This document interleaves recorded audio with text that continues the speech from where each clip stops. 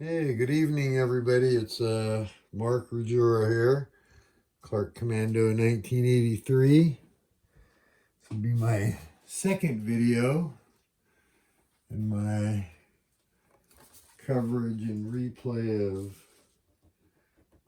MMP's Line of Battle, Last Chance for Victory. Great game designed by series designed by Dean Essig. This, of course, is the Battle of Gettysburg at the regimental scale. And I said I would do a replay. I've been a little bit slow. Today's April 10th. The chemo treatments really kind of slowed me down, but April 10th, 2023. And I wanted to go over in this video, I'm going to try to keep it a little bit short, a couple of player aids that I found, or, on BGG. I'm going to go over, I only did one turn. Like I said, this is scenario one, the traditional opening. So, of course, marching on, as you can see over here, Hess Division. I'm going to go over a couple of the special rules for the first day that kind of prevent the Confederates from just basically overrunning the Union positions, which tends to happen in a lot of Gettysburg games if you let them do all-out assault. And I'll note that there are, there is an option. Dean, of course, gives you the option. Hey, you want to play without the restrictions, go for it. So, and I'm going to try to do my best to, I think, explain command radius.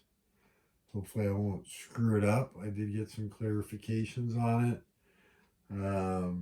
And probably go over the only thing I have a little bit of issue with. So that being said, like I said, each turn in this is 15 minutes during the day. And on the first day, there's some restrictions. And they're kind of abstracted a little bit. Excuse me. On BGG, I did find this, Board Game Geek. Did find this, which was pretty helpful. Let's see if I can get it in Line of Battle. Come on, give me some focus there. Reference sheet. It's kind of like a cheat sheet. It's not totally complete, but it's a lot there. Goes through quite a bit. I find that it's been helpful. Also, you don't need it. You can use a notebook, but for the order system, on the back of that cheat sheet, and I printed some out, or some handy dandy order forms. Now, of course, I said first day, kind of restrictions, and there's some things. So, historically, I guess, and, there again, it is Gettysburg. I'm not the student of Gettysburg. I'm learning. So, good thing I'm reading Stephen Sears' book on it. Very good, by the way. But basically, you got Buford, it's Cavalry Division here. They're what's called open order units, which I'll go over a little bit probably in another video. But they have quite a bit of flexibility. And, they're trying to hold on while Reynolds, the 1st Division, which is back here, and then you got the Iron Brigade and whatnot sitting back there in line. So, and I am doing the 4 mapper. I'll repeat that from the other video. So let me go over a couple restrictions. Historically, right, so Heth had skirmishers out, wasn't expecting a big engagement. The skirmishers are not represented in the game. They're kind of abstracted a little bit by a couple of the at-start units. So let me say this. So the Confederates are restricted to not advancing past this road here, Hers Ridge, but this road. And Heth has to stay on the Chambersburg Pike, Cashtown Pike. And as the center of command, and the Confederates are going to do its orders in the system, and as Dean explains, he gives himself, as a designer, some flexibility. But once Archer's men, which are back here, and Davis, which are still not on the map, until they're all formed up on line behind this ridge in this road, cannot advance west. I am playing the 4 maps. So that's one restriction. Leaders and artillery are not. Pegram's battalion of artillery is under orders to advance to this hex here, which is 1918, I believe. Might be 1919. I'm not going to look it up right now, but I know they're in the right spot. And they're not restricted to that, but he is ordered to go to here and then deploy his artillery. And they have to be within 4 to be in command and control of the HQ. So, and you can see that they have a battalion. It's called a battalion HQ for the artillery. And of course, they're to lay down fire on the cavalry. So we're waiting for a few more batteries to get up here, and then we'll have to make some decisions because there's no artillery ammo available to start. They'll have to be which means they can fire. They have ammo. They're considered to have a load, but if they get depleted, which is based on a die roll, then that's not good because then they'll have to go off, basically go off map to get resupplied. Once the artillery gets some ammo, which is in the order of arrival tables, then of course they can do what's called by I'm probably mispronouncing that, oh my god, resupply. Sorry, chemo brains are real. Anyway, so and then Buford's division, of course, has orders to delay as long as possible the Confederates, while Reynolds hopefully gets the Iron Brigade released. One of the things that's interesting is, and I'm not going to get into that right now, but I will say, leaders, when they issue orders, can be on fire and whatnot. So Lee's not on fire. Now here's the thing: if the Confederates are able to get to this road before 4 o'clock on the first day, this is, I don't know what this road's called. You get the Harrisburg Road here, and it splits off here by Schutz's Woods. But basically in here, then Lee's on fire for the rest of the battle, which we all know he wasn't. So what's going to happen is Reynolds, per the order of arrival, this is one of the Union, and I'm not going to be all inclusive, but, one of the Union restrictions is starting, which, is your 15-minute turn, next turn on the 8:45 a.m. turn, we'll start rolling for the Iron Brigade's release. Once 9:30 arrives, Reynolds has on fire awareness, or 9:15, and he can order an automatic issue, an order which is in the roads, which is going to be, of course, to order the First Corps to, basically move up here, defend. Once they get there, the cavalry will disappear. Yes, I said disappear. They cannot have orders to attack east of the Willoughby Run, which is this creek that runs right here, looks like. So, they're going to be defending McPherson's Ridge. Also, the 1st Division, where'd it go? There it is I'm using what's called the advanced column. I'll explain that in a minute. Basically can go to, and I'm sorry guys, I'm doing this because I was motivated and happy that I actually got somewhere. So there's a hex up here by the peach orchard that the division has to stop until they get orders. And then there's a special rule just for it's called on the double quick. And once they get orders from Reynolds, they'll be able to, start moving quickly. One of the things that's interesting in the, I'm going to go over command and control in a minute, and then we'll end this. And also the advanced column rule, which is pretty easy, highly recommend it, is, what do I say, pretty interesting is the fact that oh my gosh, guys, I'm sorry. My brain is just not engaged. But one thing that is interesting about I think the game is it does put these restrictions in place to kind of recreate what happened. So yeah, it's the first time I've seen that. Like I said in my other video, I'm really impressed with the rules writing and whatnot. I think it's really good. So advanced road column, long story short, if you can see over here, there's these road column markers. And basically, what it is you don't have to use it, but I think it's a good rule. Is infantry for takes up 1 hex for every 3 strength points.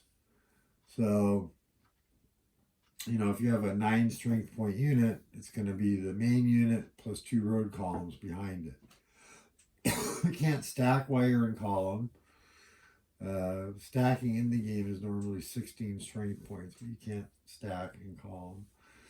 Artillery is every 4 strength points is a hex. Mounted cavalry would be 1. Wagons would be 6 per hex. This is all in the series rules. So, but that's, the advanced road call is basically as you form a conga line and, in your reinforcement center, but it helps, make it a little more realistic, the extensions down the road and stuff. So, there's 2 systems in this game, and I'm going to just try to cover command radius where you keep all your stuff organized. And it goes from the army level. And by the way, everything is on these player aid charts, right? So let's see, there we go. Command radius, army. So it's 20 to the corps, and the corps is 12 to the division. Division is 8 to the brigade, and then from the brigade to the regiment is 6. Artillery battalions have to be within 4. They're either their leader or their HQ. What command radius does, the rules are pretty clear on it. It's a little bit confusing. I did get some clarification.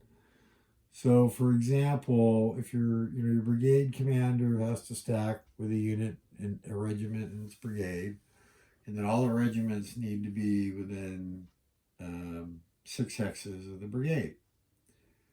If that's the case, you're in command control. If they're not in command control, then if they move, they have to move towards getting into command control. So, you want to keep your guys organized. Then the brigade, it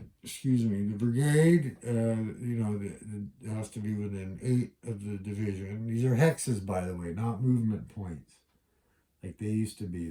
This is actually just hexes. So, and then, you go up to, from the corps to the division is 12 hexes. So the army, it has a range of 20, but you actually don't need to worry about it. The army headquarters is more about issuing orders, and I'll do a video down the line on that. Oh, excuse me. I'm really excited to get to play this game. I apologize for the lack of quality of this video. But I really wanted to make one because I feel like, I made some progress, and I wanted to just go over a couple of things. The command radius, is integral part of maintaining control of your troops. So, for example, really quick, if your regiments are in command radius of the brigade, 6X's, then they're in command. And so they can, pretty much do what they want if they're under attack or move orders. There are only two types of orders in this game. There's also, if you're under, and I said I wasn't going to cover the order system, but there is a rule that can pretty easily be missed, and I want to show you here. So if you have a zero leader, say, under orders to attack. If there's moves, there's no restriction, but there's what's called the zero rule. And those brigades actually have to roll to see if they can move, right? Or what they have for movement allowance. But that is part of the order system. I said I wouldn't get into that, so I guess I'm a liar. But I got to say, the sequence of play card, everything you need is here. Combat, ranges, everything. The first day restrictions, they're not overwhelming, and they're easily referenced in the scenario setup, or I'm sorry, in the game specific rules. So I highly recommend, if you have interest in the series, there's Line of Battle, which has been long out of print, and there's of course this. You can still get a copy of this from MMP, I believe, in the Ziploc, or you can find it in the secondary market. It's pretty pricey though. And then, of course, there's On to Washington, which is readily available. And I'll note once again that all the regimental subseries are, backwards compatible. So I hope to get to do another video with a little more clarity coming up here, maybe this weekend or something. Possibly tomorrow, but I do have some things that I'm trying to get done before my next round of chemo.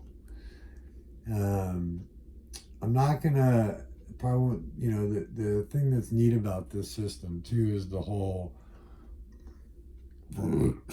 different weapons and the ranges. There's just a lot of really cool aspects to this, and I'll try to maybe zoom in as I get a little closer. Right now it's just about basically moving, making some adjustments. One of the special first day rules is once the cavalry start taking losses, you do a roll each turn, and if a die roll is I believe less than the number of losses, then the cavalry goes away. So you got to kind of guard your cavalry. And open order rules are pretty important. They have all around facing open order units, which is good. They can only fire 3 strength points out of a hex, or normally it's 8. They also have the ability to withdraw if they're, which a lot of units don't. If they're in a ZOC, and then if they're also, before they do what's called an opening volley, they can withdraw. So really, Buford's there is, I think, historically a blocking force and trying to, keep the Confederates at bay until the First Corps arrives. So anyways, I hope that you find some value in this video. Once again, I apologize. I mean, my brain wants to do more, and my energy levels just aren't cooperating right now, but I'm trying to do the best that I can. I'm enjoying the game. So happy I got it to the table. Granted, it took me a few days just to do one turn. I hope to do another turn or two tonight, and get the game moving. I will be playing it with a friend of mine on Vassal. That was the main goal for me doing this, is because I wanted to get some of the rules down. And I think I have a pretty good understanding of it. So once I get to some combat, some other things, I'll run through that. And anyways, once again, thanks for watching. Thanks for subscribing. and I'll have some more videos soon. Take care. Bye.